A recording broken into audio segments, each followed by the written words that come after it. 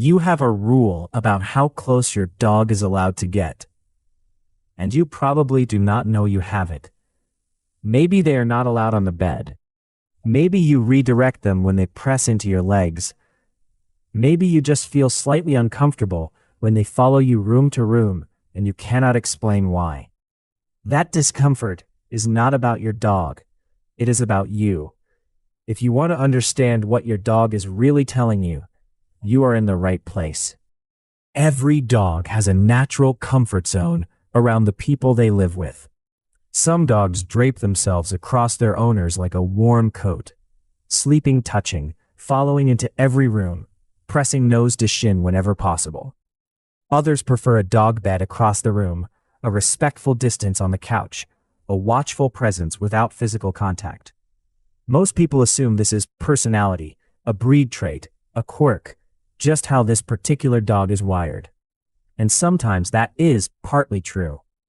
But when researchers began tracking proximity preferences across hundreds of dog owner pairs, they found something more interesting. The dog's preferred distance from their owner was not stable across relationships. The same dog, in a different home, with a different owner, kept a different distance. That suggests the distance is not only coming from the dog. It is being negotiated, shaped by 100 small signals the owner sends without realizing it. The way you stiffen when the dog gets close. The way you gently redirect them before they can fully settle in. The way you train them without ever intending to read the ceiling of your comfort and stay beneath it. Your dog learned the rules of your intimacy. Here is the finding that changes the way you see this. In 2013, a research team led by Siniscalchi and colleagues published a study in PLOS One with a striking title, Like Owner, Like Dog. They were measuring something specific, the correlation between the owner's own attachment profile and the quality of the owner-dog bond. And what they found was that owners who scored high on avoidant attachment, people who tend to suppress emotional closeness, who feel vaguely uncomfortable depending on others or being depended on, had dogs who were measurably less bonded to them, less proximity-seeking, more independent, more physically separate. The dogs were not born that way, they adapted. This is the meta-psychology pivot that makes this topic so revealing. The question was never, why does my dog stay at a distance? The question is, what have you been communicating about how much closeness you can actually tolerate? Proxemics, the science of interpersonal space, first formalized by anthropologist Edward Hall in 1966, tells us that the distance we keep from others is never random. It is a precise, largely unconscious broadcast of how safe we find closeness to be. Your dog, who reads you more carefully than most humans ever will, has been receiving that broadcast for years. None of that makes you a bad owner. If that just made you see your relationship with your pet in a completely different way, hit subscribe. We explore the science of the human-pet bond every week and what it reveals about us. Number 1. You have been setting a proximity rule in your home, and your dog figured it out before you did. Every time you shifted your body as the dog approached. Every time you stood up just as they were settling in. Every time you offered a brief pat and then moved away. Your dog was cataloging. They were building an internal map of the intimacy ceiling in your household. Not because they are calculating, but because closeness and safety are the same variable for them. They read proximity cues the way we read facial expressions, automatically, constantly, and with enormous sensitivity. In 2014, Meyer and colleagues published research in the Journal of Veterinary Behavior, examining what owner characteristics actually predicted the quality of the dog-owner relationship. One of the most consistent findings was that owner comfort with physical closeness, their own tendency toward warmth versus emotional restraint, shaped the dog's approach behavior across the board. Your dog did not decide to be independent. They learned the perimeter of what was welcome, and they respected it, the way a patient, attentive friend learns not to hug you too hard, because you always go a little stiff when they do. Number 2. The way you touch your dog, or do not, is a direct readout of your relationship with physical intimacy.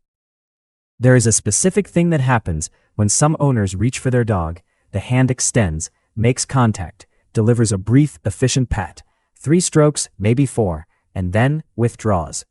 The owner has technically touched their dog, but the dog's response tells you everything.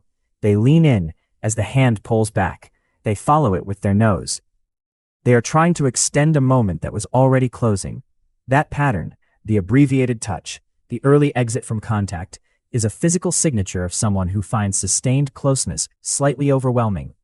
Not a flaw, a learned habit, a habit the body runs so automatically that most people never notice it happening. Researchers studying owner-dog interaction have consistently found that owners with warmer, more tactile relationship styles, those who initiated extended physical contact rather than transactional pats, had dogs that were measurably calmer and more socially engaged. The touch trained the nervous system, both nervous systems, yours and theirs.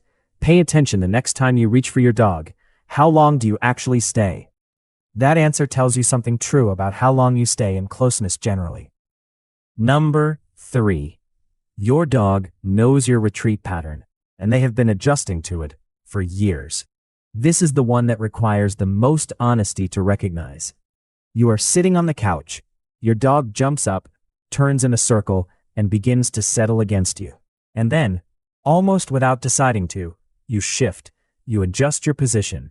You create a small buffer of couch cushion between you. You did not do it consciously. Your body just did it, the way it always does when someone or something gets very close. Psychology research on personal space has found that avoidant tendencies in human relationships are physically expressed. People with higher avoidant attachment literally position their bodies differently in social space, maintaining larger buffer zones even with people they care about. Your dog lives in that buffer zone. They feel its edges every day. In 2021, Powell and colleagues published research in Frontiers in Veterinary Science showing that owner personality, specifically traits associated with emotional openness and warmth, directly influence treatment outcomes in canine behavioral medicine cases. Dogs whose owners were more emotionally open showed faster behavioral recovery. The owner's internal state was a clinical variable. Your retreat is not invisible. Your dog has memorized its exact shape. Number 4. There is an invitation you have probably never sent your dog, and they have been waiting for it. Dogs are exquisitely sensitive to invitation signals. A dropped hand to knee level, a slight lean in their direction, a softened gaze that says, "Come here," before any words do. These are ancient social cues the dog is reading in fractions of a second, the same way they read them in wolf social dynamics. Who is welcome in whose space, and who has to ask permission to close the distance. Many owners never send these signals, not because they do not love their dog. They do, deeply, but because they are people who do not tend to initiate closeness. They wait, they receive, they feel more comfortable being approached than approaching, and so their dog waits too. And the invitation never quite arrives.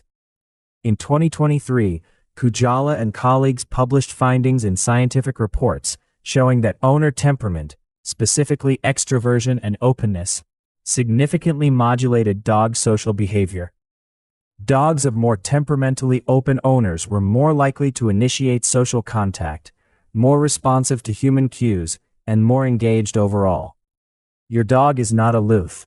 They are mirroring your invitation style. They are waiting for a door you have not yet realized you can open. Number 5. You taught your dog a boundary, but the boundary was yours, not theirs. This is the distinction that matters most. There is a difference between a boundary that protects both of you and a boundary that protects you from closeness. Training a dog to stay off furniture for hygiene or behavioral reasons is one thing.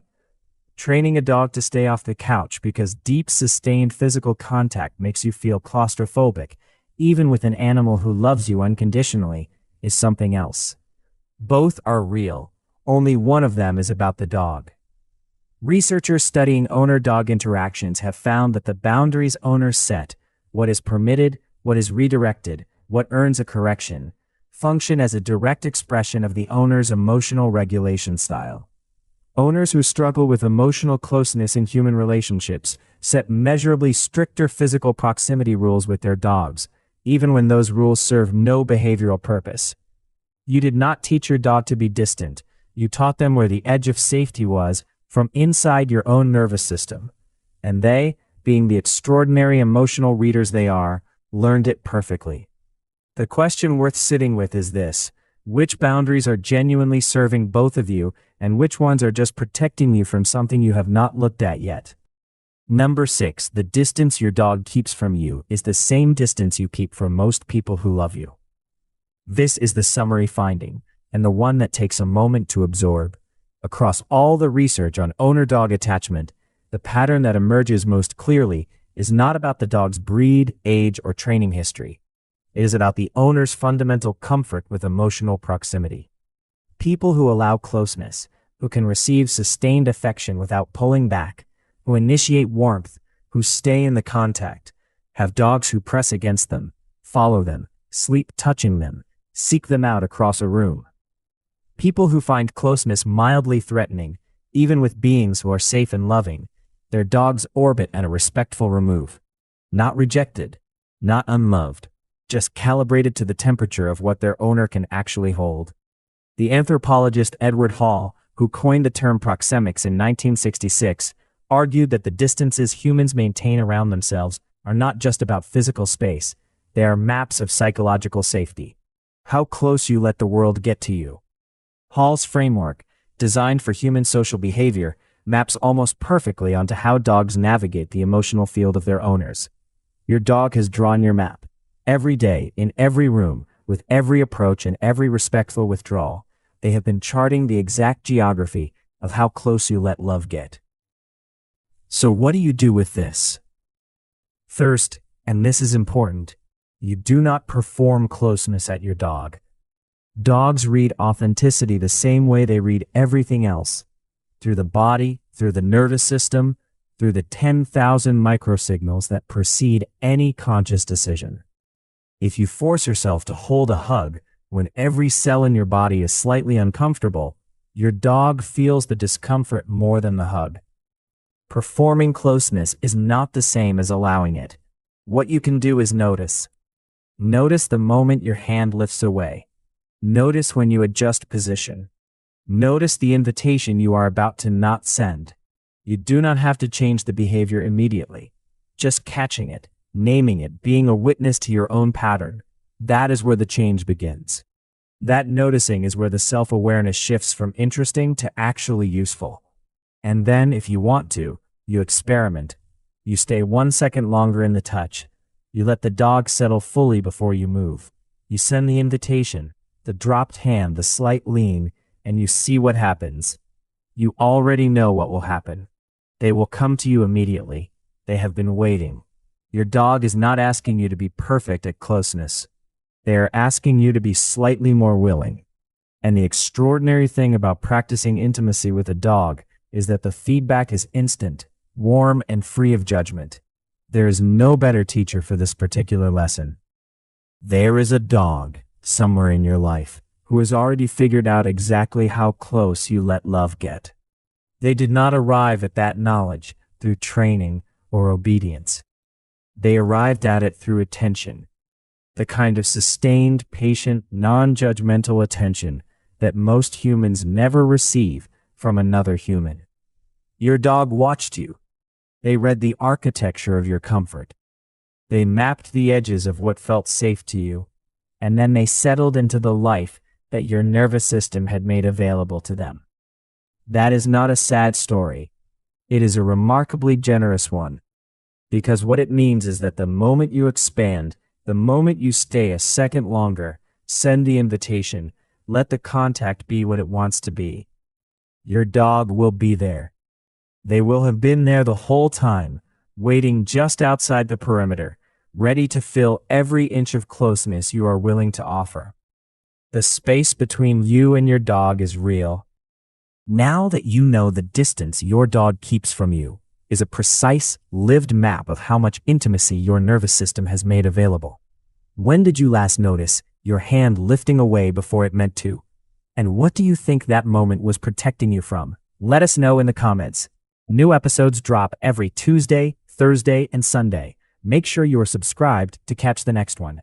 Until then, decode your dog, decode yourself.